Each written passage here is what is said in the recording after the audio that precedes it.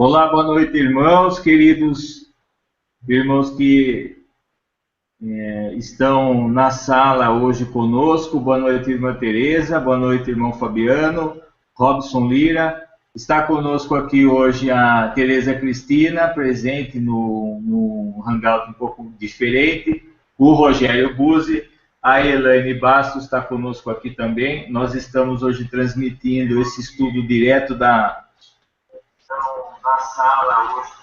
Estamos transmitindo esse estudo direto da casa da irmã Elaine.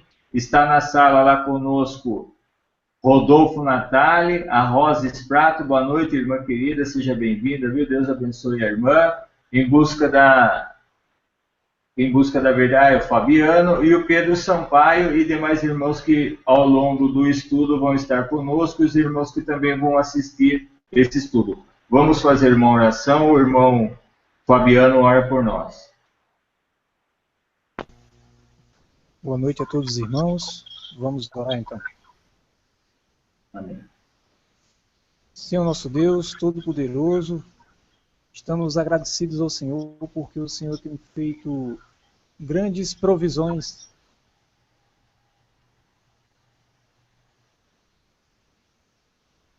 Deus abençoe a cada dia, a cada um dos irmãos que estão participando com o nosso estudo de hoje, e pedimos ao Senhor que nos conceda uma mente capaz de entender a grandiosidade da sua palavra nessa noite.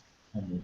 Nosso Deus seja com cada familiar de cada irmão que se encontra presente na sala, com o irmão Robson, a irmã Maria Eugênia também, que tem passado por grandes lutas, que o Senhor possa prover soluções para a vida da irmã. Seja com o irmão Juliano também, que não se encontra no momento conosco, que o Senhor também o alcance com o seu Espírito. Nosso Deus seja com o irmão Rogério, que vai partilhar a mensagem da palavra conosco. Nos concede agora a tua bênção em nome de Jesus. Amém. Amém. Irmão Rogério, meu irmão. Graça e paz da parte do nosso Senhor Jesus Cristo, do nosso Deus, o Pai, na comunhão do Espírito Santo. Nós estamos assim no grupo hoje, nós estamos bastante felizes porque nós tivemos o privilégio hoje de poder compartilhar a verdade presente, que acreditamos com um grupo diferente, acreditamos que Deus está abrindo portas assim fantásticas, os irmãos, a irmã Cris, a irmã Elaine, o irmão Marcílio, estão todos assim muito animados com isso tudo. E particularmente eu, claro, que venho de longa data já envolvido com a verdade presente, vejo que aquilo que para nós sempre foi um sonho começa a se realizar. E quero agradecer a todos de todo o coração, porque eu sei que foi pela oração de cada um de vocês que isso foi possível. Continuem orando, irmãos, não desistam, vamos continuar orando, não só por mim, vamos orar uns pelos outros. Nós sabemos que agora nós entramos num caminho que essas portas que Deus vai abrir certamente podem trazer também dificuldades para nós, uma vez que nós sabemos que o inimigo será incomodado. Né? Não vamos bater muito nessa tecla, mas vamos estar cientes de que necessitamos da oração de todos os irmãos cada vez mais. Né? Gostaria que os irmãos orassem, lembrassem de orar pela irmã Joana.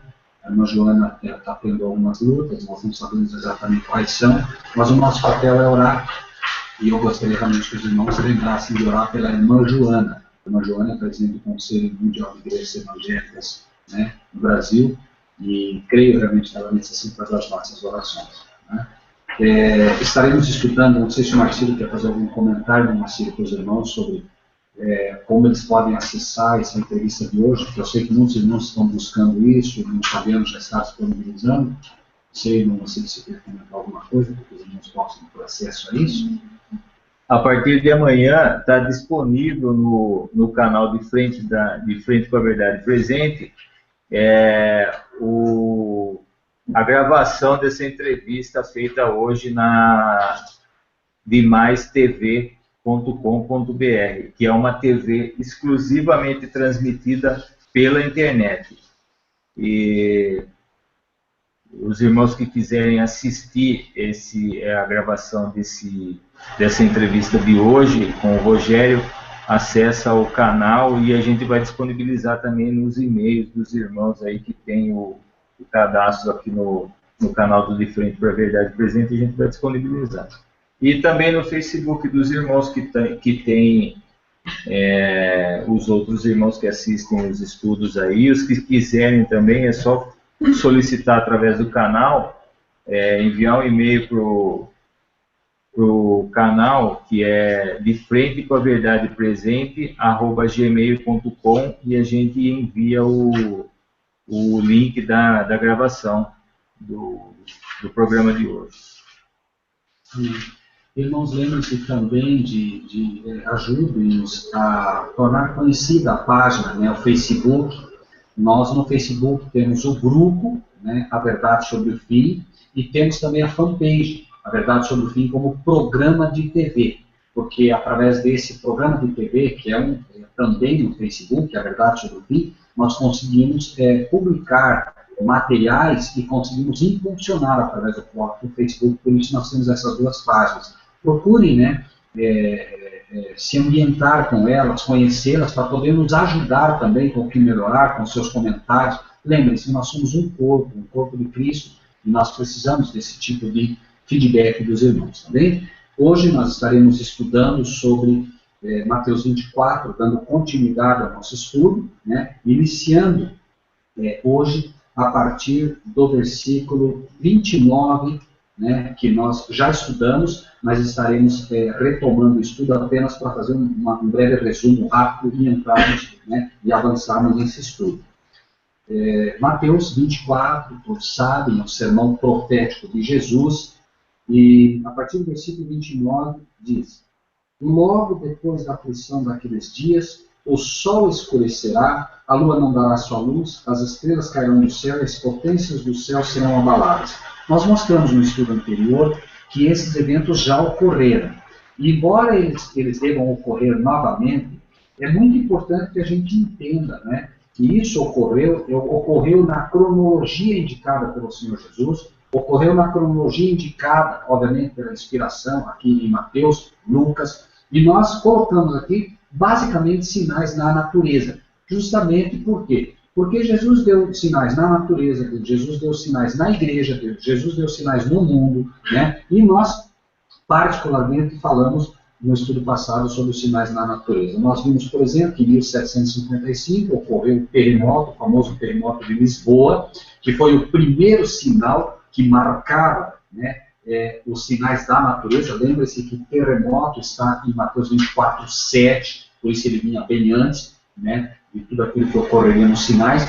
Depois nós vimos que era dito, né, o sol escurecerá. De fato, né, no ano de 1780 nós tivemos esse segundo sinal, a lua não dando a sua luz, exatamente nesse mesmo dia ocorreu isso também.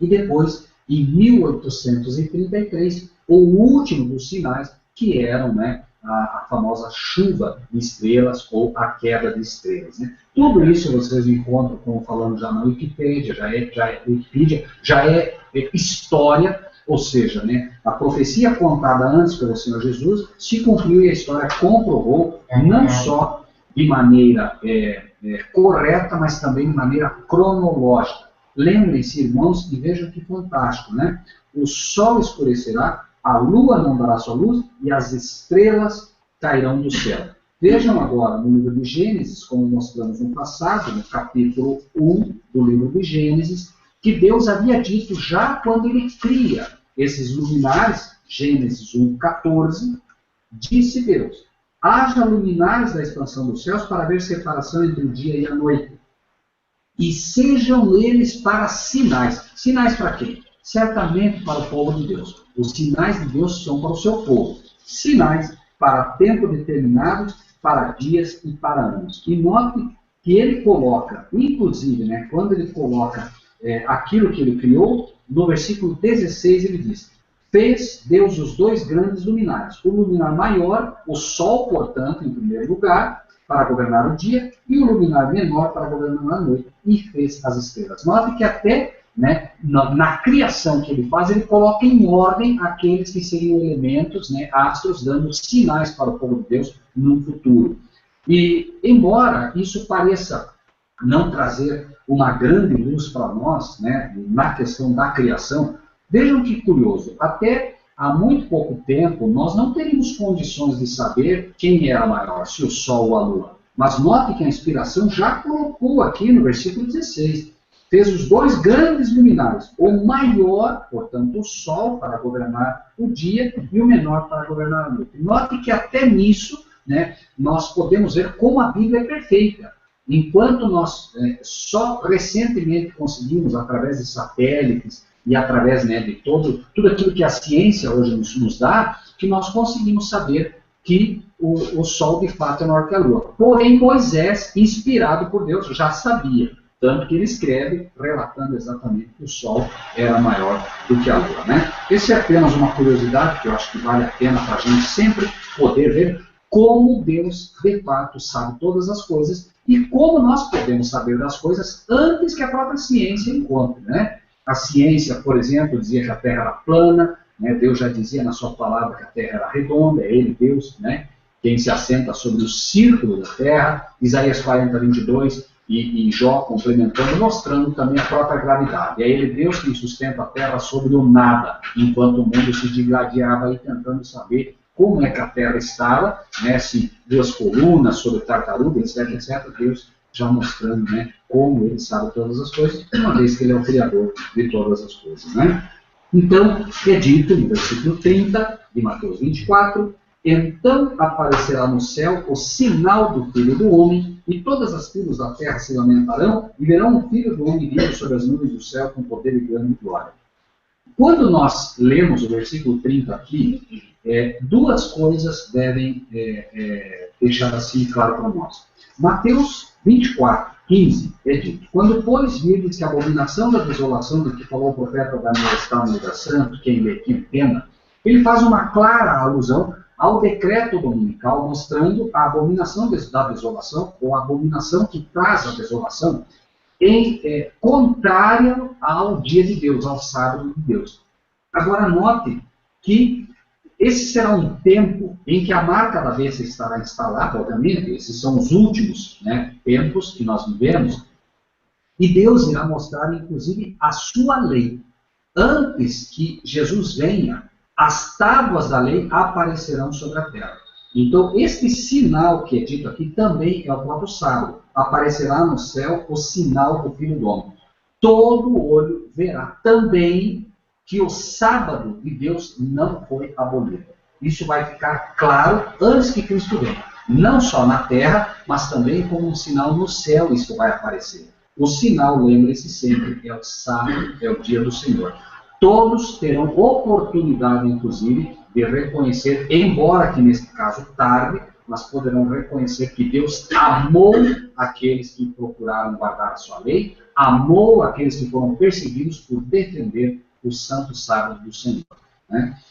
O versículo 31 é dito: ele enviará os seus anjos com rígido clamor de trombeta, os quais ajuntarão seus escolhidos desde os quatro ventos de uma a outra extremidade do céu. Obviamente, nós sabemos que a Terra é redonda. Esses quatro ventos são indicados por norte, sul, leste e oeste, ou seja, né, toda a Terra será, né, terá os escolhidos de Deus aqui sendo, né, juntados para aquele grande dia do Senhor. Quando nós estudamos Mateus 24, e principalmente essa aplicação que aqui estamos, é importante entender que existem duas aplicações aqui que devem ser consideradas. Lembrem-se que nós falamos no passado, no último estudo, que em primeiro lugar nós temos uma aplicação dizendo do homem vindo sobre as nuvens do céu com poder e grande glória. Nós estudamos, conforme o livro de Daniel, que esta primeira aplicação, né, logo depois do que aconteceu, né, que o terremoto, depois o sol não dando a sua luz, a lua também, o sol não dando a sua luz, a lua não dando a sua claridade, as estrelas que caíram, como falamos em 1833, que foi o último dos eventos. Veja que diz: então aparecerá no céu o sinal do Filho do Homem. Né? E é dito que ele viria sobre as nuvens do céu com poder e grande glória. A maioria das pessoas imagina imediatamente que isso relata apenas a vinda do Senhor, mas lembrem-se que naquele então, 1833, algo ocorreria. Nós vimos em Daniel e em Apocalipse que Cristo agora vem até o Pai. Daniel indicava isso, né, veio até o ancião de dias, e Apocalipse complementava, mostrando que João tem uma visão de um local que Cristo não estava. O juízo precisava se estabelecer e era necessário que Cristo viesse para que o juízo iniciasse. Por quê? Porque o Pai prometeu em sua palavra que ele, né, deixou nas mãos de um varão para que esse juízo fosse dado cabo. Então, Deus estará julgando o mundo através do varão que escolheu para isso, Cristo Jesus. Né? Então, também vimos uma aplicação, que é a aplicação de Cristo vindo nas nuvens do céu até o Pai. Vamos ler em Apocalipse, esse texto, né, está relatado no capítulo 5 de Apocalipse, capítulo 5, vejam como ocorreu, vejam, já falamos de Daniel, que é a profecia, e vamos ver agora Apocalipse, capítulo 5, 1 a 3. Vejam como faz bem para a gente indagar e como o santuário joga luz sobre temas extremamente complexos. Vejam só, 5.1. Vi na direita, sinal de favor, vi na direita do que estava sentado sobre o trono, esse é o Pai, um livro escrito por dentro e por fora selado com 7 selos. Esse é o livro de Daniel, é o único livro que nós encontramos na Bíblia que foi selado. Daniel 12, capítulo 12, versículo 4, para aqueles que gostam de anotar. Vi um anjo forte bradando com grande voz: quem é digno de abrir o livro e desatar os seus selos? Agora preste atenção nesse aspecto. Versículo 3. Ninguém no céu, nem na terra, nem debaixo da terra, podia abrir o livro, nem olhar para ele. Irmã Cris está aqui do meu lado. Irmã Cris, imagine a seguinte situação. O texto de Apocalipse aqui diz que ninguém no céu, nem na terra, nem debaixo da terra, podia abrir o livro, nem olhar para ele. A pergunta é, nós estamos no ano 96 de Domiciano. Onde está Cristo? Não sei se a irmã atentou para essa questão. Ele está dizendo, João está dizendo que ninguém no céu, Jesus já morreu, certo? Já morreu, porque nós estamos no ano 96 de Domiciano, que é quando é dada a luz a João, do Pai. E ele está dizendo que ele vê um local, e ele diz, ninguém no céu, nem na terra, nem debaixo da terra, podia abrir o livro nem olhar para ele. Afinal de contas, onde está Jesus então? Amém. É a única resposta que nós encontramos. Porque você pediria para qualquer evangélico hoje, onde está Jesus? Qual seria a resposta? No céu. No céu. Mas está dizendo que não está. Entende? Então, independente do que eu creia ou não creia, é um fato que a Bíblia me diz que houve um momento em que ele não estava no céu, nem na terra, nem debaixo da terra. Mas para a igreja evangélica hoje, eu posso falar da minha, não posso falar da de ninguém. Não existe o santuário. Na verdade, o santuário, eles falam para a gente, somos nós somos o santuário de Deus. Então, primeiro, não existe nem estudo sobre o santuário. Porque para eles não existe o santuário celestial. Muito bem. E é por isso que as igrejas não têm condições de entender o Apocalipse. E vejam só que absurdo. O que a irmã Cris acaba de dizer é algo impressionante e parece inocente. Mas vejam só, por exemplo, à luz do que a irmã disse, vejam o livro de Hebreus, o que diz sobre esse aspecto. Quero ver só. Hebreus, capítulo 8. Vamos por 8, é mais claro. Olhem só o que diz Hebreus 8. Imagine que você leu todo o livro de Hebreus.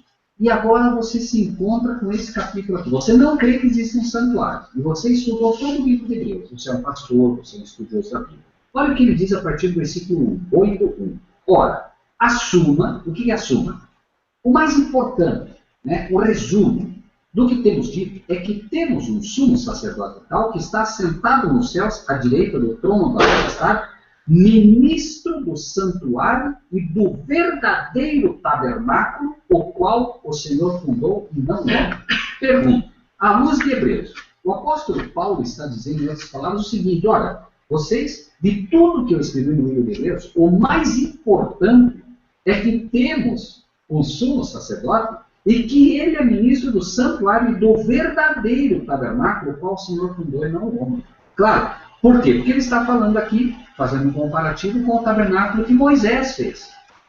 Ou com o tabernáculo. Aí alguém diria, mas peraí, mas exato, esse é o tabernáculo do homem, o santuário do homem. Não, existe o tabernáculo que ele é ministro do santuário fisicamente, onde ele está fisicamente, e é claro que ele habita em nossos corações pelo seu Espírito.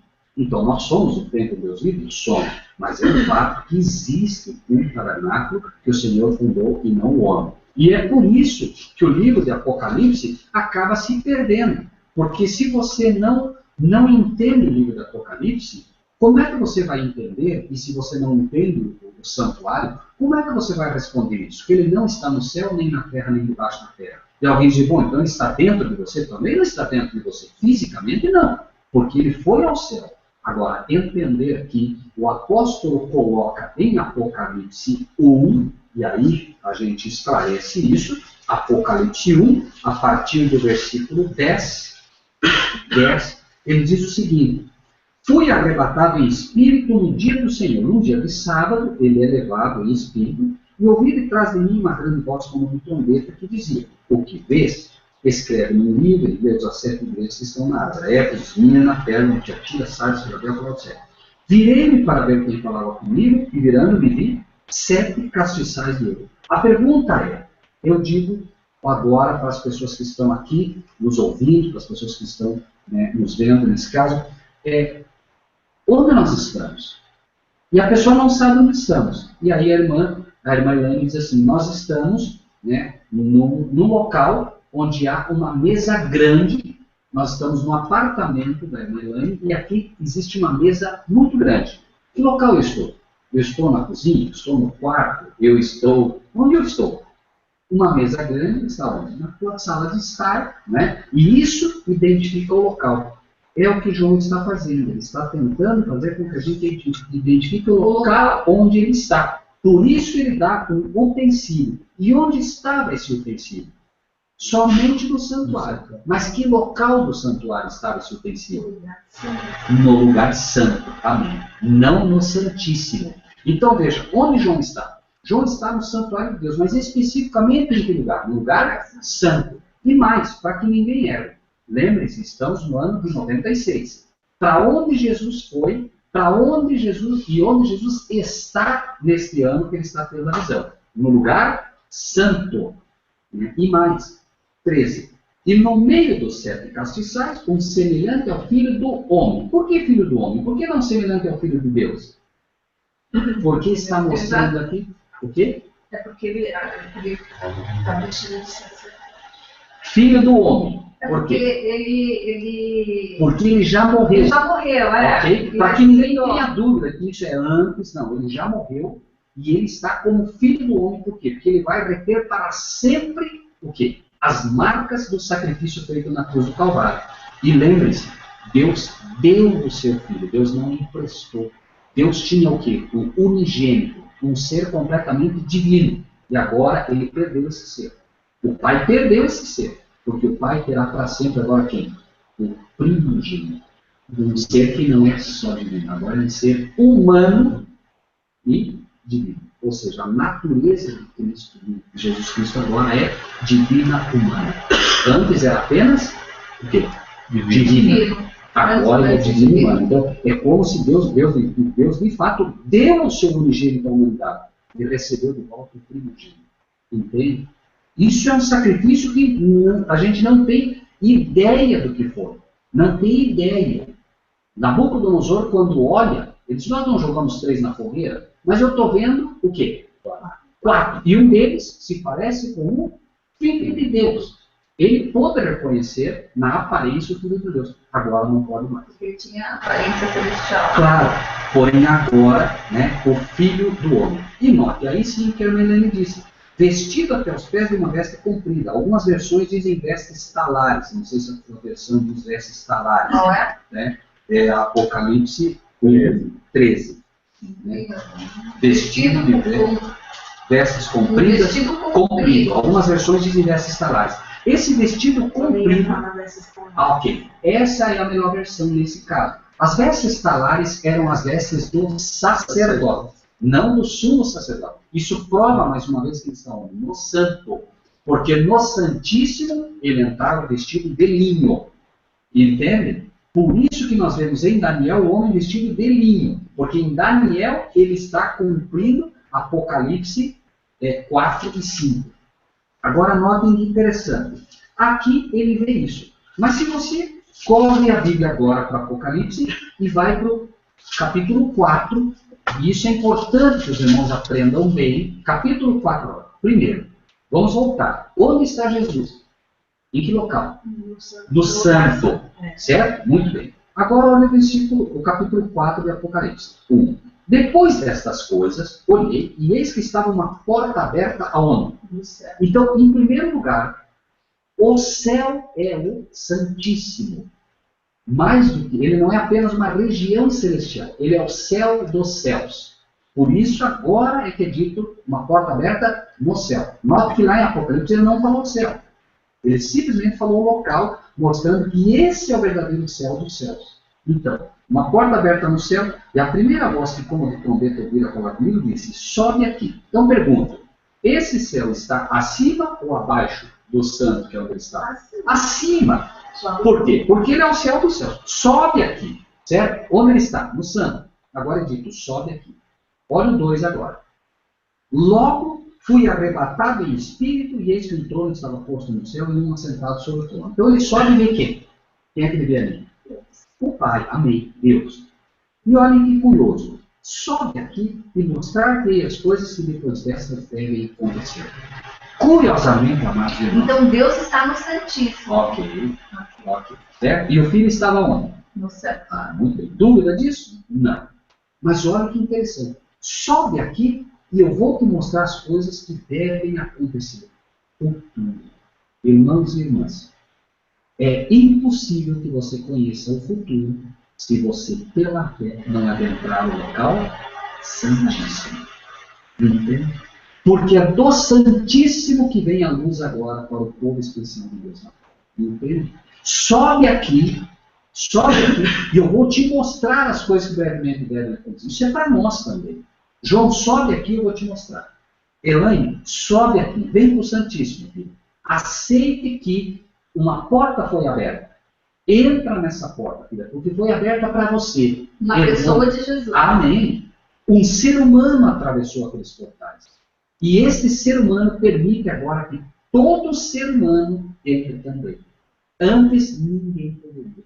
Ninguém podia. Quando eu for levantar de madeira, a todos também. Certo? Pai, onde eu estiver, quero que estejam comigo os que me dessem. Se eu estou no Santo, Pai, quero que estejam no Santo. Se eu estou no Santíssimo, Pai, quero que estejam no Santíssimo comigo. E é dali que vem a luz do povo de Deus hoje. Certo? É dali. Veja, ele abre uma porta que ninguém fecha uma porta que ninguém abre. O diabo está tentando fechar essa porta de toda maneira. Quantas igrejas conhecem um tema como esse? Nenhuma. Porque o diabo está fechando essa porta toda. Só que não vai conseguir. Os escolhidos de Deus vão atravessar essa porta pela fé. E é dali que vem a luz. E é tudo pela fé. Agora veja que interessante. Né? Então ele vê uma porta aberta. Essa porta agora, capítulo 5. Vi na direita do que estava sentado sobre o trono, e o Espírito por dentro e por fora selado dos 700. Vi um anjo forte, que é o anjo Gabriel, bradando com grande voz. Quem é digno de abrir o livro e desatar os seus selos? E ninguém no céu, nem na terra, nem debaixo da terra podia abrir o livro nem olhar para ele. Por quê? Por quê? Qual é o único que pode abrir esse livro? Amém. E por que ele diz que ninguém no céu, nem na terra, nem debaixo da terra podia abrir o livro? Primeiro, porque onde está Jesus? Amém. Entende? Aqui, João chega no Santíssimo e olha, mas espera aí. Mas Jesus estava no céu. No Santo. É o momento exato em que ele vem para o Santíssimo. Por isso, Mateus 24, que estamos estudando. Vindo como nas nuvens do céu, não é nas nuvens da terra. Certo? Então, nas nuvens do céu, é o momento em que ele está chegando diante do Pai. E agora vem a pergunta. Certo? Ele recebe, olha agora o que está acontecendo também. Né? Ó, Apocalipse 1:1, revelação de Jesus Cristo, a qual Deus lhe deu. Certo? O Pai está com o livro na mão de Daniel, vai abrir os eventos do fim agora. O Filho que um dia disse, o dia e a hora Ninguém sabe, somente o Pai. Mas agora ele está recebendo o livro aberto, que é Daniel quem dá os tempos finais. Entende? Agora eu pergunto, ele sabe ou não sabe? Sabe. Isso é verdade presente. Porque foi aberto. Claro, isso é verdade presente. Por isso nós somos o povo da verdade presente. Entende? O povo que acompanha. Porque é dito que o teu caminho a Deus está no santuário. Se você não entra no santuário, você não vai conseguir acompanhar os caminhos do Senhor. E não tem luz, porque a luz está com Ele. Se você não o acompanha, não há luz, para que você possa receber daquele que é lá. Então, entendido isso, note agora o versículo 6 do mesmo Apocalipse 5. Olhei, 5:5. Disse-me um dos anciãos, não chores, eis aqui o leão da tribo de Judá, a raiz de Davi, que venceu. Por que venceu? Porque já venceu, morreu na cruz do Calvário, cumpriu a missão e abriu o livro e desatar os seus 7 selos. Quantos selos? 7. Como assim? Pegue a profecia das 2.300 tardes e manhãs e você vai ver que são 7 períodos exatos. Cada selo. Porque nós imaginamos o livro, 7 selos. Não, o livro era bolo. Então, como era? Um livro enrolado, um selo. Outro livro enrolado por cima, outro selo. Outro livro, outro selo. Entende? Então, à medida que você abre um selo, você pode abrir o outro também. Entende? Não há como você abrir o último selo. Você tem que abrir um por um. E os selos foram abertos no período de tempo indicado por Deus. Primeiro, 70 semanas estão determinadas sobre o teu povo, sobre a tua santa cidade. 7 semanas do tempo da reconstrução. Então, ponto a ponto foi sendo abertos os selos e nós fomos tendo um entendimento até o último selo aberto, que é 2.300 tardes e manhãs, dentro da profecia, que obviamente tem um novo cumprimento agora. Então, Apocalipse mostra de forma muito clara, e veja o versículo 6, olhei e eis que estava no meio do trono e dos 4 animais viventes, e entre os anciãos, um cordeiro. Por que cordeiro? A pergunta é, por que cordeiro? Por que não o Filho de Deus? Por que não o Filho do Homem? Por que cordeiro? Porque Deus está te levando para o santuário, que é onde o cordeiro vai para o santuário. A linguagem de Deus é assim. Deus é sucinto, ele é prático. Filho, cordeiro, cordeiro, senhor, cordeiro, cordeiro, cordeiro, filho, cordeiro, aonde? Senhor, santuário. Amém? Vai para o santuário. Assim como em Mateus 24 ele indica Daniel. Como disse o profeta Daniel. Então, vai para Daniel. Então, veio um cordeiro como havendo sido morto. Por que como havendo sido morto? Porque está mostrando que ele já morreu. O verdadeiro sacrifício, o verdadeiro cordeiro já morreu. Mostrando que alguém poderia dizer, ele ainda não morreu. Não, ele já morreu. Mostra o tempo preciso, ou seja, é Jesus já depois de ter morrido e ter subido ao céu. Tinha 7 pontas, 7 olhos, que são 7 Espíritos de Deus enviados pela terra, veio e tomou o livro da direita do que estava sentado no trono. Então ele vem e toma esse livro. E agora, quando você vai para Daniel, você vai ver que ele tem um livrinho aberto na mão. Porque Daniel está pulando lá a profecia, indicando esse tempo aqui.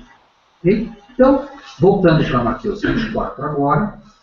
Mateus 24, que estamos, que é o nosso objeto de estudo hoje, tendo, porque é muito importante entender isso. Porque se você não entender isso, você se perde na profecia. Então, agora sim, nós vamos para o próximo cumprimento, que é a vinda de fato dele. Houve um primeiro cumprimento com esses temas, e agora, de novo, vai ocorrer que o sol vai se escurecer de novo, a lua não vai dar sua luz, as estrelas cairão do céu, e as potências do céu serão abaladas. Então aparecerá no céu o sinal do Filho do Homem, agora sim a vinda de Jesus, entendido o primeiro cumprimento da profecia. Bem, versículo 31, ele enviará os seus anjos com rijo, clamor e trombeta, os quais ajuntarão os seus escolhidos desde os 4 ventos, de uma a outra extremidade dos céus. Aprendei, pois, esta parábola da figueira. Quando já os seus ramos se tornam tenros e brotam folhas, sabeis que está próximo o verão. E, igualmente, quando virdes todas estas coisas, que coisas? Que coisas? Esses sinais. Amém. Sabei que ele está próximo às portas. Alguma dúvida, então, que ele está próximo biblicamente? Não. Por quê? Porque todos os sinais estão aí. Pode. E mais, 34. Em verdade vos digo que não passará esta geração sem que todas essas coisas aconteçam. Espera aí, que geração? Que geração? A geração que vai ver esses sinais. Okay? Esta geração que vai ver esses sinais. Então, quando esses sinais se repetirem, tudo isso vai ocorrer. Mas a geração que viu, veja bem, essa geração que viu os eventos passados, eles viram um cumprimento parcial disso. Aqueles que estudaram, por quê? Porque eles entenderam que Jesus entrou ou não entrou até o Pai. Eles viram ou não viram, eles entenderam ou não entenderam que Jesus veio sobre as nuvens do céu e entrou no Santíssimo. Então, esta geração entendeu. Então, para eles se cumpriu também isso. Mas para nós deve se cumprir agora o quê? A vinda de Cristo na terra. Na terra, né? E aí, né? O céu e a terra passarão, mas as minhas palavras não vão passar. Isso é uma promessa. Então, quando nós vimos esses sinais, não há absolutamente mais nenhuma dúvida, né? Agora sim, nós entramos no ponto do estudo. Porém, daquele dia e hora, ninguém sabe. Tempo presente. Porém, hoje, né, hoje, levando para aquela época de Mateus, porém, daquele dia e hora, ninguém sabe. Não diz ninguém saberá. Daquele dia e hora, ninguém sabe. Okay. Agora, prestem muita atenção, que agora é que o estudo realmente entra no escopo final que temos. Olhem só. Porém, daquele dia e hora, ninguém sabe, nem os anjos dos céus, nem o Filho, mas unicamente meu Pai. Olhem quanta luz é jogada sobre esse versículo. Primeiro, o que a Trindade ensina? Pai, Filho e Espírito Santo são coeternos, coexistentes, são onipresentes, são oniscientes. Peraí. Oniscientes. Pergunto. Aqui, Cristo era onisciente? Não. Não. Por quê? É dito claramente, e não sou eu quem diz. Amém. Só o Pai sabe. A onisciência de Cristo estava facultada à revelação do Pai. Revelação de Jesus Cristo, a qual? Bom, porque o que Deus daria? Foi um teatro? Deus daria o quê, se ele já sabia tudo? Porque a Trindade coloca todos no mesmo patamar. Exato. O que não é verdade. Não. Existe uma hierarquia. Amém. Existe uma hierarquia. O Pai é eterno. Sim. Jesus não é mais. Quer dizer, agora ele tem a eternidade. Okay. Lembre-se, a Bíblia diz que o Pai é de eternidade a eternidade. E o Filho?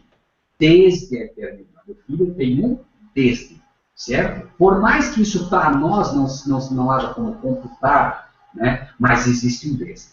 Cristo foi gerado. O Pai nunca foi gerado. Então existe um desde. O Filho tem um alfa, um princípio. Pai não tem. Mas, por que o Pai é chamado de ancião de dias e o Filho não? O Pai tem, no mínimo, 3 dias a mais de vida que o Pai, que o Filho. Que é quando? Quando o Filho esteve no seio da terra.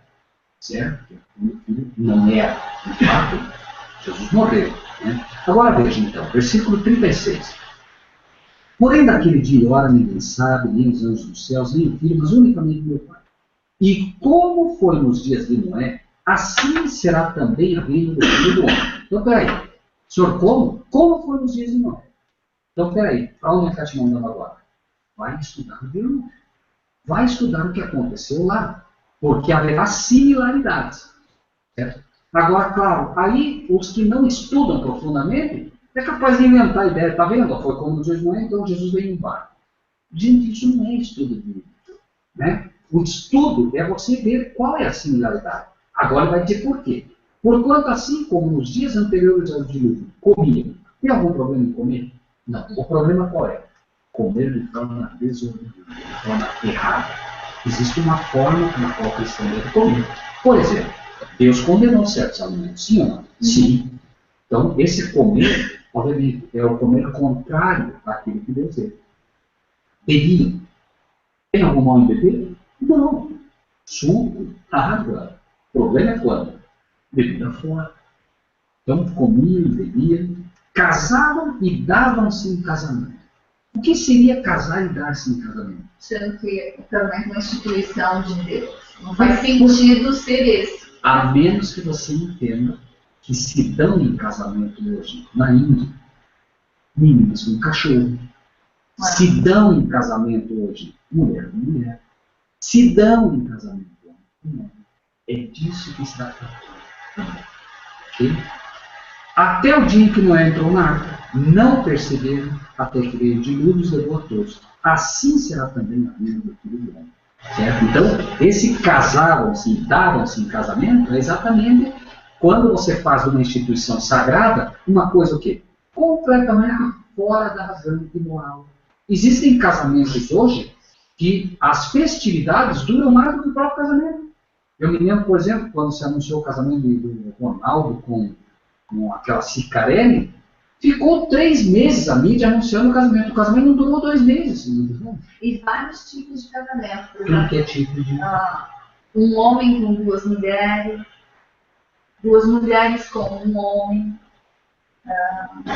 4, 2 homens. É uma loucura. O que se está falando aqui, né, é que está se deturpando as instituições sagradas. Comer tem algo de mal? Não, Jesus instituiu a Santa Ceia. O problema é quando você leva o exagero. Muito bem. Então, estando 2 no campo, veja, está falando do quê? Arrebatamento secreto? Não, do que está falando? Prestem atenção. Porém, daquele dia e hora ninguém sabe. Que dia que é esse? Da vinda do Senhor. Então está falando da vida do Senhor, não está falando de arrebatamento secreto. Estando 2 no campo, será levado um e deixado o outro. Estando 2 moendo no moinho, será levado um e deixado o outro. O que é isso? Isso é exatamente o que Jesus tem ensinado. Os mortos ressuscitam primeiro, depois nós os vivos. Os vivos agora são levados com ele. E aquele que não aceitou vai morrer, vai ficar ali. Certo? Olha como ele finaliza isso. Estando 2 moendo no moinho, será levado um e deixado. Vigiai, pois, porque não sabeis em que hora há de vir o vosso Senhor. Então, veja o tempo presente. Vigie, porque vocês não sabem. Tá bem, Senhor, vamos vigiar. Por que vigiar, senão não vamos saber? Aí os pastores dizem, não, dia lá ninguém vai saber. Não, ninguém diz isso. Para que vigiar, se eu não vou saber? É vigiar para quê? Para não saber a proximidade. É para isso que é para vigiar. Para que não chegue a hora e eu fique e o meu amigo do lado seja levado. Mas considerai isso. Certo? Então, vigiai porque vocês não sabem, ok. Mas vigiai, mas considerem isso. Se o pai de família soubesse que vigília da noite havia de vir o ladrão, vigiaria e não deixaria que fosse arrombada a sua casa. Por isso, estáis vós apercebidos também, porque o Filho do Homem há de vir a hora em que não penseis. Não é vir a hora que você não vai saber. Uma hora que você não pensa. E olhe como aconteceu. Veja, data, 1844. O que aconteceu? Jesus foi ou não foi até o Pai? Foi. Quantos sabem disso? Quantos perceberam isso? Mas nós sabíamos ou não? Nossos antepassados souberam ou não souberam? Souberam antes ou não souberam? Sim ou não? Souberam. Quem estava estudando, observando, vigiando, buscando, pedindo. Souberam. Tanto que anunciaram antes. Agora veja. Agora vem a pergunta, que nós temos batido tanto aqui. Olhem só como acaba isso. Quem é, pois, o servo fiel e prudente que o Senhor constituiu sobre essa casa para dar o sustento ao seu tempo? É o que estamos falando o tempo todo aqui. Né? Estudar a verdade presente. Bem-aventurado aquele servo que o Senhor não der achar servido. 47. Em verdade vos digo que outorá sobre todos os seus bens. Porém, se aquele mau servo disser consigo, meu Senhor tarde virá. Ah, não, estão falando aí dos sinais. Não vai demorar. E começar a espancar. Veja bem. Se, há um se aqui. Se aquele mau servo disser consigo, meu Senhor tarde virá. E começar a espancar os seus conservos, e a comer e a beber com os bêbados. Quem são os bêbados aqui? Não são os que bebem cachaça. Os bêbados aqui são os que se embebedam com o vinho de Babilônia. Certo? E o vinho de Babilônia mata a profecia. Esse é o papel do vinho de Babilônia. Matar a profecia, matar a pura doutrina. Então, note. Se começar a espancar os seus conservos, a comer, a beber com os bêbados, beber o vinho de Babilônia, vai, se fizer isso, virá o Senhor daquele servo num dia em que eu não espero e a hora em que ele não sabe. Por que eu sim? Porque se você não disser o meu Senhor está a virar, se você disser, meu Senhor está chegando, os tempos estão dizendo, os sinais estão mostrando que ele está vindo, para mim, o Senhor não virá. no momento em que eu não penso. Entende? Por quê? Porque eu estou vigiando, eu estou buscando. Então, ele sabe que eu desejo conhecer. Então, ele vem uma hora e eu vou saber. Vejam só. Virá o Senhor daquele servo no dia em que eu não espero e a hora em que ele não sabe. E separá-lo-á e destinará a sua parte com os hipócritas. Ali haverá pranto e ranger de dentes. Então, vejam. O que Jesus tem dito, e vejam só um pequeno detalhe aqui. Ele encerra essa profecia. Em Mateus 25, ele diz, e resolve isso. Então o reino dos céus será semelhante a 10 virgens, etc, etc, etc. Aí olha o que diz, versículo 5.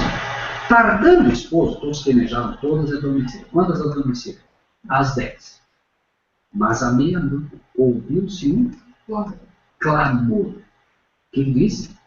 Aí veio a esposa, saiu. O que é isso?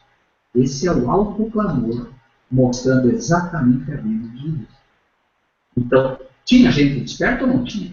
Se todas adormeceram. Quem é esse?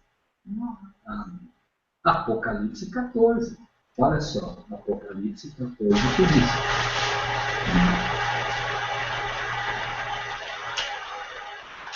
Vi outro anjo voar pelo meio do céu e tinha o evangelho eterno para proclamar os que habitam sobre a terra, toda a nação, tribo, língua e povo, dizendo com grande voz. Esse é o clamor.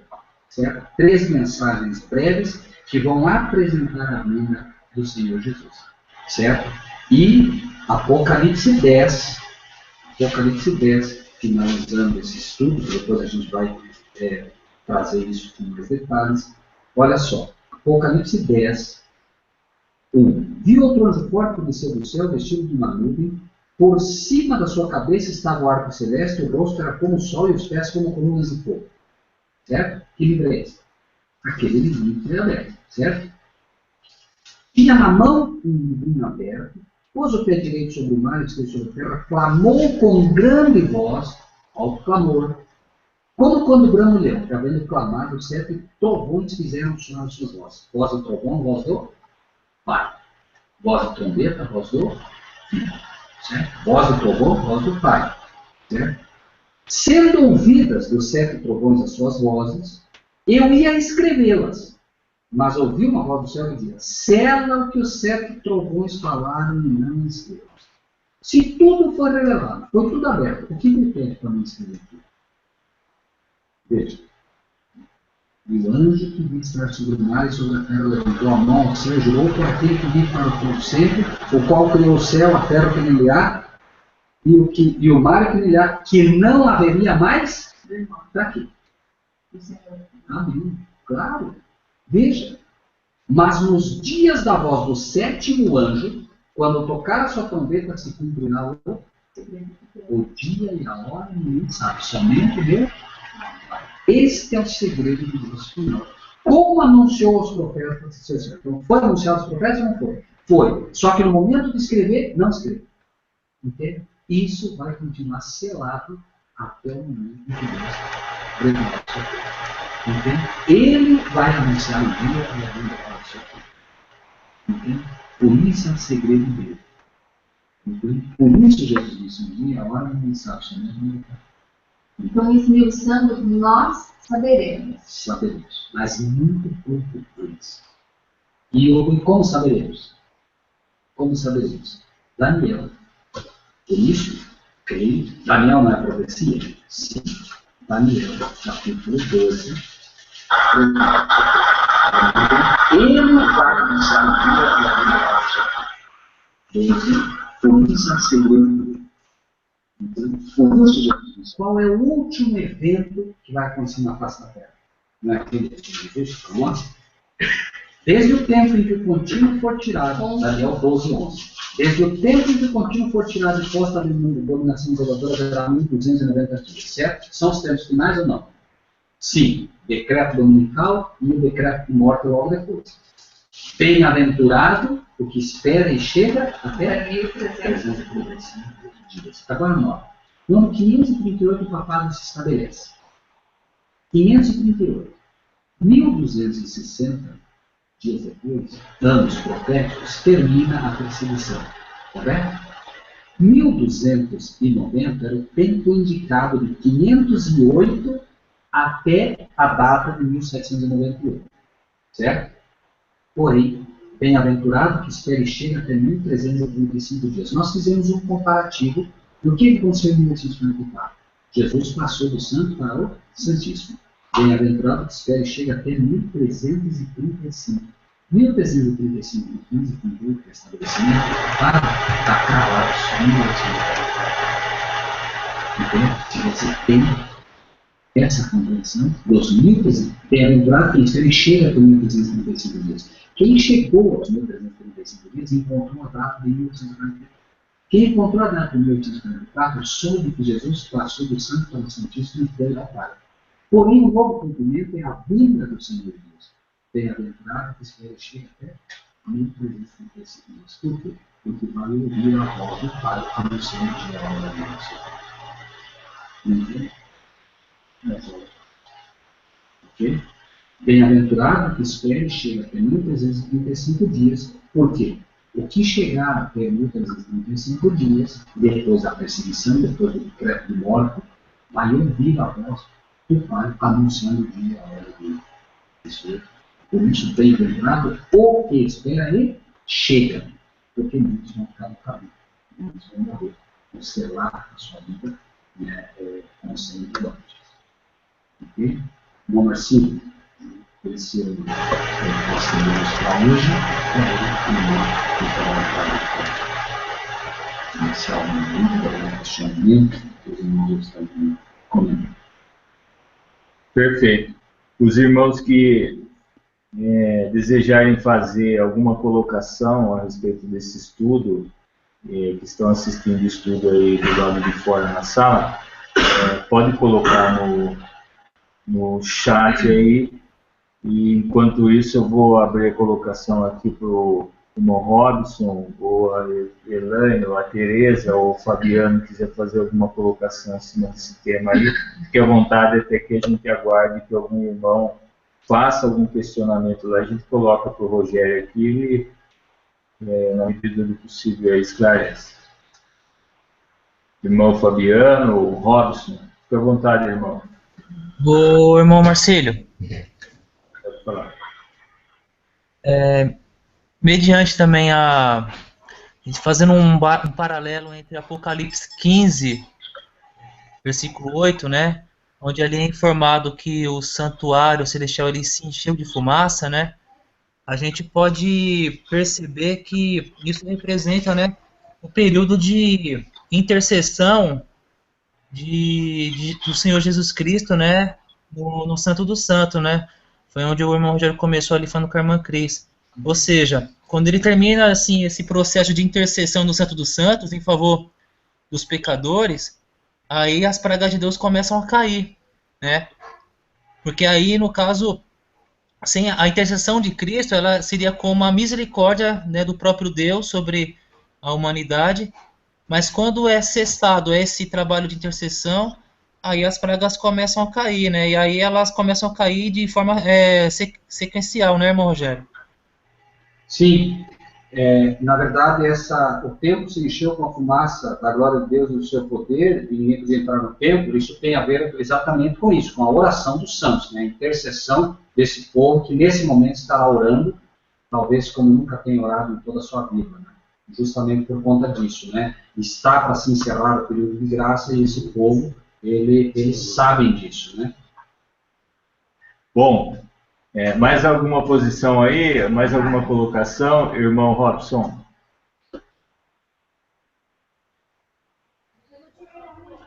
Por hora só isso, irmão Marcílio. Ok, eu vou fazer, tem os irmãos colocando, o Pedro Sampaio, sobre o sinal da vinda do Filho do Homem, o irmão falou que é o sábado, como? Sim. O sábado também, não é só o sábado. O sinal da vinda do Filho do Homem é, em primeiro lugar, o que a Bíblia diz. Haverá, veja bem, o povo de Deus estará sendo perseguido duramente por uma razão só. Qual será essa razão? Qual será a razão pela qual o povo de Deus de fato estará sendo perseguido? Pela marca da besta. Certo? Deus vai honrar o seu povo mostrando. Aqui, vejam bem, aqui existe uma questão assim, que uma delas é conjectura, apenas considere que pode ocorrer. Lembrem-se que as tábuas da lei de Deus foram escondidas quando Jerusalém foi atacada por Tito. Essas tábuas foram escondidas. Eu acredito que Deus trará essas tábuas à luz. As pessoas, será encontrada essas tábuas e será mostrado ali, inclusive, que são as tábuas genuínas que apresentam as leis de Deus. Mas também será apresentado o sinal do Filho do Homem como as leis de Deus serão aparecer. O povo vai poder ver que, de fato, Deus honrou o seu povo mostrando a sua lei e verão que, de fato, o sábado, assim como foi no passado. Vejam que há sempre uma alusão dupla. No passado, bem-aventurado que espere e chega até 1335 dias. Se você fizer a conta profética, você vai ver que chega em 1844. A partir dali, o sinal do Filho de Deus foi apresentado ao mundo. Ou seja, o sábado, que havia sido completamente esquecido, começa a ser trazido à memória dos servos de Deus. Isso vai se repetir, ou seja, o sábado será apresentado de uma maneira como nunca vista ao mundo e cada um deve tomar a sua decisão, ou ao lado do sinal de Deus ou ao lado da marca da besta. Mas também o sinal de Deus é a nuvem que Cristo vem, ou seja, as pessoas estarão olhando, aparece no céu o sinal da vinda do Filho do Homem e Cristo agora começa a chegar à terra para buscar os que lhe pertencem. E apenas para esclarecer uma dúvida que talvez possa ter ficado no coração, né? Eu gostaria que os irmãos rapidamente lessem 1 Tessalonicenses capítulo 5, 3 e 4. 1 Tessalonicenses 5, versículos 3 e 4. Se não puder puxar. E apenas para esclarecer esse ponto que os irmãos. 1 Tessalonicenses 5, 3 e 4. Pode ler, irmã Cris? Já? 5, vejam bem isso, tá? 3 e 4. Prestem atenção. Pois que, quando disserem a paz e segurança, então lhes sobrevirá repentina destruição, como as dores de parto àquela que está grávida, e de modo nenhum escaparão. Mas vós, irmãos, já não estáis em trevas para que aquele dia vos surpreenda como uma Ok? Do que está falando aqui? Note um pouquinho antes. Mas, irmãos, acerca dos tempos e das estações, não necessitais de que eu vos escreva, porque vós mesmos sabeis muito bem que o dia do Senhor virá como ladrão de noite. Virá como ladrão de noite? Virá. Mas vós virá como ladrão de noite para quem? Para quem não está certo, para quem não está. Mas vós, irmãos, já não estáis em trevas para que aquele dia vos surpreenda. Okay? Só para que deixe claro esse ponto também. Ok, perfeito. O Pedro Sampaio agradece, viu, Rogério?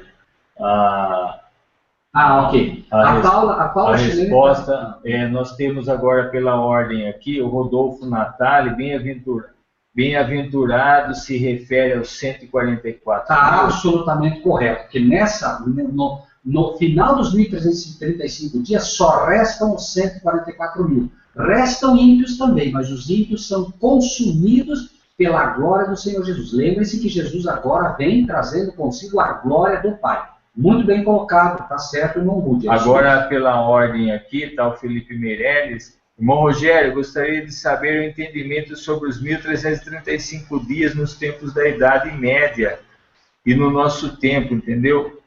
Então, você já até explicou. Os 1335, lembrem-se o seguinte: no ano 508 se estabelece a abominação desoladora no seu primeiro cumprimento. Chame-se supremacia papal número 1. Do ano 508, né, até 1335, nós temos 1844. Então, no primeiro cumprimento, todo o período de trevas impetrado pelo catolicismo é agora solapado por um período de grande luz, porque a partir de 1844, Deus começa a arrojar luz da onde para o seu povo? Lembre-se, da onde? Do Santíssimo. Então, todas as trevas, o domingo, a Assunção Virginal de Maria, a luz que não se conhecia do santuário, todas as grandes doutrinas que começaram a preparar o povo para a verdade presente, vieram nessa época. Elas são inauguradas, por assim dizer, a partir de 1844. Livro de Daniel, livro de Apocalipse, entende? Tudo isso. Então, dessa forma se cumpriu. E no futuro, cumpre-se com o anúncio da vinda do Senhor Jesus pela boca do próprio Pai. Lembre-se, são os trovões que anunciam ao dia e a hora do Senhor Jesus. Tem agora aqui a irmã Rosa Sprato, Isaías 30, 26, e será a luz da lua como a luz do sol, e a luz do sol 7 vezes maior que a luz de 7 dias, no dia em que o Senhor ligar a quebradura do seu povo e curar as chagas da sua ferida. Assim, para a gente entender um pouquinho disso, é preciso entender que o sol vai se aquecer muito mais, né? Nós já estamos vendo os sinais disso, o sol vai se aquecer bem mais, e lembrem-se, né? A glória da criatura não pode sobrepujar a glória do seu Criador. O sol, ainda que ele aqueça, né, 7 vezes mais, ele jamais poderá emitir tanta luz e tanto calor quanto a que emana do próprio Pai. Por isso que quando Cristo vem, né, com a glória do Pai, ninguém vai resistir, a não ser aqueles que fizerem parte dos 144.000, que o Rodolfo Natal cita, que estarão glorificados nesse momento para poder suportar a vinda do Senhor Jesus. Ok. A Paula Shirlene, a Arca da Aliança encontrado, achados de Ron White. Irmão Paula e todos que nos ouvem, tá? Existem indícios de que Ron White achou a Arca da Aliança, é um fato. Ele inclusive comenta que ele entra, se não me engano, na Turquia, perdão, mas Ron White diz que achou, ele diz, inclusive, é muito interessante, mas a gente, assim, confesso, eu deixaria isso meio que stand-by. A minha crença, se me permitem colocar uma opinião aqui, lembrem-se que o diabo levantou aparentemente um material santo, que é o santo sudário. Aquele santo não tem nada, porque a Bíblia não relata absolutamente nada sobre santo sudário. É possível, e disse que no santo sudário está o sangue de Jesus. Ron White explica o seguinte, que é muito bonito, mas nós somos homens bíblicos e, por enquanto, pelo menos, eu creio que a gente deve ser prudente em relação a isso. Ron White diz que ele estava observando o Calvário, onde Cristo morreu, e ele diz que foi mostrado para ele que as tábuas foram escondidas embaixo do Calvário, embaixo, né, de onde Cristo foi crucificado. Ele diz que quando houve o terremoto, a tampa da Arca da Aliança se abre e o sangue de Cristo escorre e pinga naquelas tábuas. Ele diz, inclusive, que foi o anjo que mostrou para ele isso, disse, olha, pega um pouco de sangue e analisa. E ele conta que ele mandou analisar o sangue e não se encontrou, se não me falha a memória, o cromossoma Y, que é o que determina o sexo. Ou seja, né, ele é macho, ele é homem, né, o sangue revelou que é um homem, mas estava a ausência do cromossoma do pai. Estava dentro do pai, porque ele não tem um pai humano. Então, ou seja, é possível, é apenas conjectura, por isso digo, é possível que no final... Porque não resgataram essa... Ainda não, né, aparentemente não. É possível, por exemplo, que nós tenhamos um embate final, inclusive científico, né, onde alguém diz, não, o santo sudário é, de fato, um material legítimo. E aí, alguém diz, não, legítimo é a lei de Deus. E aí, o sangue, por assim dizer, analisado na lei, né, mostraria que, de fato, aquelas tábuas são legítimas e que, lembre-se, né, o sangue sobre a lei o sangue de Jesus, né, nos liberta de todo pecado, ou seja, né, a misericórdia e a justiça se beijaram. Há, quem sabe, uma alusão para isso, que poderia, repito, poderia ser realmente algo que viesse a ser um fato. Por enquanto, eu, né, deixo em tela de juízo. Né? Eu não diria que Ron White realmente achou e não diria que não achou. Eu acho que a história é muito bonita e torço para que seja verdadeira. Ok. A Paula Chilene dá um ok aí, o Felipe Meirelles agradece também, o Pedro Sampaio agradece. Ele pergunta por que a palavra contínuo foi acrescentada à palavra do sacrifício. Justamente porque o inimigo queria, né, tirar dos céus de Deus o entendimento da abominação que traz a desolação. Né? Desde o tempo em que o sacrifício contínuo for tirado, risca a palavra sacrifício, que é exatamente o que o inimigo fez, inspirando homens para que a gente, e olha que a gente lutou, porque o grande problema meu, quando estudava esse tema, era exatamente a palavra sacrifício. Quando eu entendi que a palavra sacrifício, por isso ela está em itálico, né, na Bíblia, quando eu entendi que a palavra sacrifício não fazia parte, aí Deus pôde revelar para a gente aquilo que creio, né, revelou a partir da abominação que faz a revelação. Ok. Irmão Fabiano, alguma posição, irmão? Colocação? Irmão, eu teria só aqui mais uma pequena colocação para fazer, além do que o irmão já fez, sobre o momento que Jesus cita o casar-se e dar-se em casamento, como foi nos dias de Noé, né? Gênesis 6:2, né, um detalhe a mais. Gênesis 6:2 mostra que os filhos de Deus ali começaram a se enamorar das filhas dos homens, né? E vivemos uma época hoje em que o mandamento honrar pai e mãe é desobedecido em cima desse acontecimento que houve também nos dias de Noé, que eles esqueceram o respeito pelo pai e as mães que escolhiam ali, preparavam o casamento, e hoje as pessoas realmente extrapolam, né? Hoje aí está um verdadeiro carnaval, como o irmão citou, não é só mais a questão do se preservar para o casamento, mas eles estão aí casando homem com homem, mulher com mulher, mas também essa questão de não respeitarem a opinião dos pais, porque os pais é quem promoveu ali aquele casamento, como foi o caso de Isaac, né? O irmão pode até comentar isso. Não, irmão Fabiano, confesso, eu nunca havia nem parado para pensar nisso, é uma vez que Deus me deu, amém, eu não tinha nem parado para pensar, mas vejo muita coerência nisso e absolutamente, né, ela mostra realmente que hoje há um desrespeito muito grande, né, em relação a isso. Vejo que é um entendimento perfeitamente coerente com a palavra de Deus. Né? Muito obrigado, irmão Fabiano. Ok. Nem posso comentar porque não é uma luz que eu tivesse, então qualquer coisa que eu diga eu vou apenas atrapalhar o que disse o irmão. Né? O irmão Rude, né, o irmão Rodolfo Natal, está dizendo, mas a arca está no santuário. De fato, existe marca no santuário celestial, mas não esqueça que existe marca também aqui na terra. Por isso aparecerão as duas, creio. Né? Amém.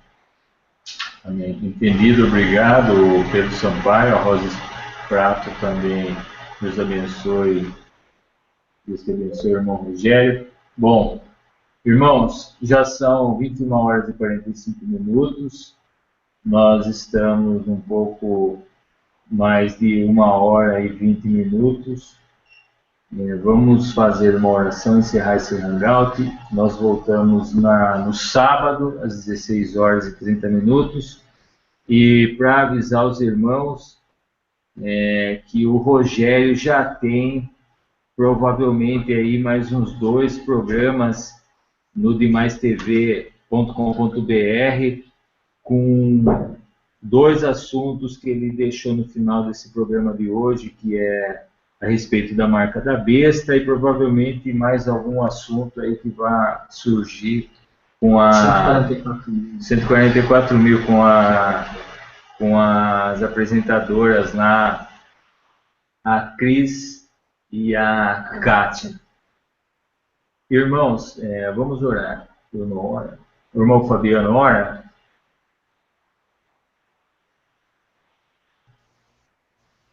Pode ser sim, irmão. Vamos orar. Amém. Nosso Deus, amado Pai, nós agradecemos por mais esse momento em que o Senhor vem nos concedendo a sua palavra para que através dela venhamos a crescer na fé. Senhor nosso Deus, concede para que nós possamos a cada dia sermos usados pelo Senhor, para que venhamos a anunciar a mensagem da maneira que o Senhor quer que anunciemos. Nos dás coragem para que em momento algum venhamos a esconder para agradar as pessoas a tua verdade, mas venhamos a pronunciá-la da maneira como o teu Santo Espírito vem nos guiando. Nosso Deus, abençoa todos que participaram e continua abençoando a vida desses maravilhosos irmãos que vêm partilhando conosco a mensagem. Nos concede para que no sábado, se assim for a sua vontade, possamos estar reunidos mais uma vez. Nós rogamos pelo nome do nosso intercessor, nosso Salvador, que entregou a sua vida por nós. Em nome de Jesus. Amém. Amém. Amém.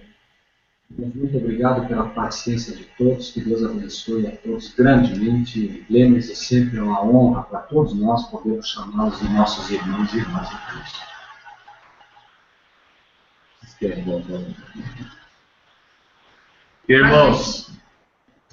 Irmãos, boa noite. Deus abençoe a todos os irmãos que até agora acompanharam a gente nesse estudo, os irmãos que vão assistir também esse estudo, essa gravação. Fiquem todos com Deus. Nós voltamos no sábado, às 16h30.